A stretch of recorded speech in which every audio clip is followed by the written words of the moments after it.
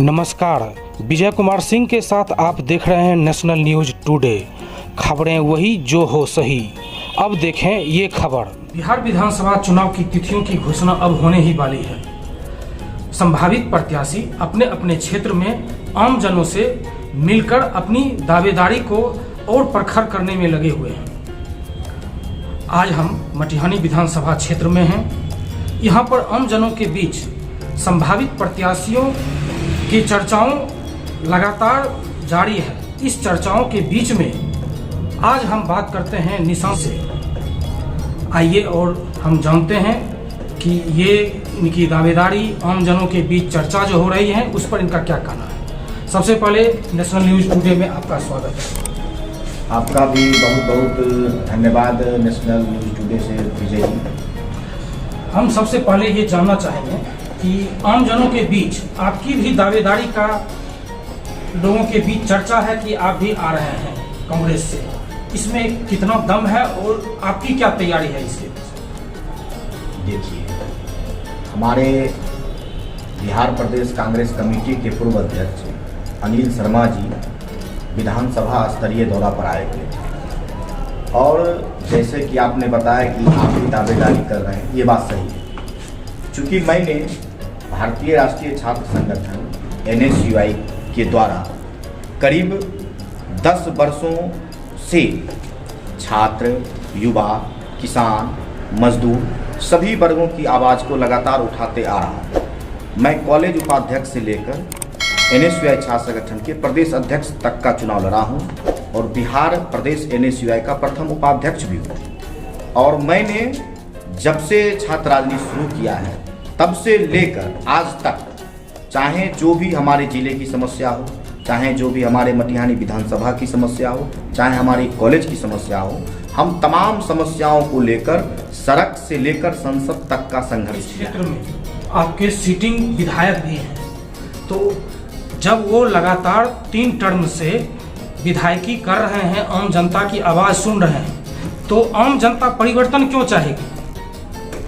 देखिए, मेरा अपना मानना है कि विधायक जनता बनाती है और लोकतांत्रिक प्रक्रिया में जब चुनाव होते हैं तो सभी संगठन के लोग अपने अपने प्रत्याशी को देते हैं। आपका सही कहना है कि 3 बार से उनको जनता का समर्थन प्राप्त हो रहा है, परंतु इस बार का जो चुनाव है ये सभी चुनाव से अलग चुनाव होने जा रहा है। ये चुनाव जो है युवा नेतृत्व को आगे आने का चुनाव है। ये चुनाव है जो बिहार के नेतृत्व को बदलने का चुनाव है। ये चुनाव युवा पीढ़ी को चुनाव में शामिल होने का चुनाव है। तो ये जो चुनाव है ये सिर्फ मटिहानी विधानसभा का चुनाव नहीं है। हाँ, ये बात सही है कि मटिहानी विधानसभा में जो राजनीति का जो बहुत बड़ा हवा बनाया जा रहा है वैसा कुछ है नहीं, लेकिन इस बार हम लोगों ने तय किया है कि अगर युवा को मौका मिलेगा मटिहानी विधानसभा से तो इस बार जरूर परिवर्तन देखने को मिलेगा। क्षेत्र की सबसे बड़ी एक समस्या है जो वर्षों से चली आ रही है, गुप्ता बांध पर विस्थापितों की समस्या। इस पर क्या कहना है? देखिए, हमारे विधानसभा की प्रमुख समस्याएं हैं। गुप्ता बांध पर जो लोग बसे हुए हैं उनको पर्चा देकर सही जगह पर बसाया जाए। सरकार का ये पहला कदम होना चाहिए, लेकिन सरकार ने सही दिशा में कार्य नहीं किया है, जिसके कारण आज मटिहानी विधानसभा में बहुत सारी परेशानियां हैं। जैसे अगर आप देख सकते हैं तो किसानों की जो समस्या है उसको भी हम प्रमुख समस्या मानते हैं, छात्रों की जो समस्या है उसको भी हम प्रमुख समस्या मानते हैं, युवाओं की समस्या है उसको भी हम प्रमुख समस्या मानते हैं, बाढ़ की जो समस्या मटिहानी विधानसभा में है उसको भी हम प्रमुख समस्या मानते हैं। आज अगर कसहा किसान आंदोलन को आप देखिएगा तो आपको समझ में आएगा कि अगर वहाँ के किसान, वहाँ के आम जन जो संगठित होकर आंदोलन नहीं करते और जो एक विपक्ष का जो रोल होता है वो अगर हम लोग नहीं निभाते तो शायद वहाँ की जमीन जो है वो सरकार अपने अंदर कर लेती। परंतु विपक्ष की जो भूमिका होती है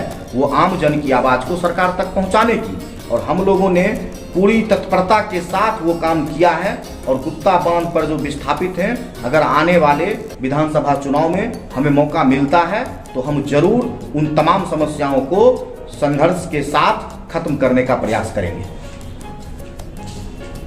मटिहानी विधानसभा क्षेत्र में ऐसी कौन सी समस्या है जिसको आप प्राथमिकता देंगे? देखिए, हम युवा हैं और हमारी प्राथमिकताएं, चूंकि सरकार जो कहती है वो करती नहीं, और विकास का जो मॉडल सरकार कहती है, चुनाव आती है तो मैंने ये विकास किया, मैंने वो विकास किया, तो विकास का मॉडल नेताओं की टीका टिप्पणी करने से नहीं तय होगा। विकास का मॉडल आमजन तय करेंगे। विकास का मॉडल जो भारत सरकार का सर्वे होता है, जो कई एजेंसियां सर्वे करती है, वो तय करती है कि हम क्या विकास किए, हम शिक्षा में क्या विकास किए, हम चिकित्सा में क्या विकास किए, हम रोड के मामले में क्या विकास किए, हम किसानों की समस्याओं को लेकर क्या विकास किए, और भी तमाम समस्याएं हैं। लेकिन हमारा प्रमुख जो मांग रहा है वो बेगूसराय जिले के साथ साथ मटिहानी विधानसभा से भी जुड़ा हुआ है। मैंने राष्ट्र कवि रामधारी सिंह दिनकर जी के नाम पर विश्वविद्यालय बनाने की लड़ाई को छेड़ रखा है। 2012 में जब मुख्यमंत्री नीतीश कुमार बेगूसराय आए थे, हमने उनको काला झंडा भी दिखाने का काम किया था और हम पर FIR भी किया गया था, और मैंने GD कॉलेज के समक्ष 5 दिनों का भूख हड़ताल दिया था कि बेगूसराय को राष्ट्र कवि रामधारी सिंह दिनकर विश्वविद्यालय का दर्जा मिले, परंतु इस सरकार ने नहीं सुना और विश्वविद्यालय का दर्जा पेंडिंग पड़ा हुआ है। मटिहानी विधानसभा की जहां तक बात रही, तो मटिहानी विधानसभा में एक डिग्री कॉलेज का होना अनिवार्य है, क्योंकि हमारे सामहो प्रखंड हैं, हमारे प्रखंड पंचायत हैं, और भी जितने हमारे क्षेत्र हैं, वहाँ के बच्चे बच्चियाँ जो होती है वो पढ़ाई करने के लिए बेगूसराय नहीं आ पाते हैं, जिसके कारण उनको परेशानी होती है। तो हमारा पहला प्रयास रहेगा कि मटिहानी में डिग्री कॉलेज की स्थापना हो, मटिहानी में बाढ़ की समस्या खत्म हो, मटिहानी में किसानों की समस्या खत्म हो, मटिहानी में युवाओं की समस्या खत्म हो, मटिहानी में रोड की जो समस्याएं दिन प्रतिदिन हम लोग चाहे वो सोशल मीडिया के माध्यम से देखते हैं, वो समस्याएं खत्म हो, आदि प्रमुख जो समस्या है उसको हम खत्म करने का प्रयास। हमने मटिहानी विधानसभा क्षेत्र से संभावित प्रत्याशी निशांत रंजन जी से बात किया हूं, और आगे भी इसी तरह संभावित प्रत्याशियों को लेकर आपके बीच हमेशा आते रहेंगे। धन्यवाद।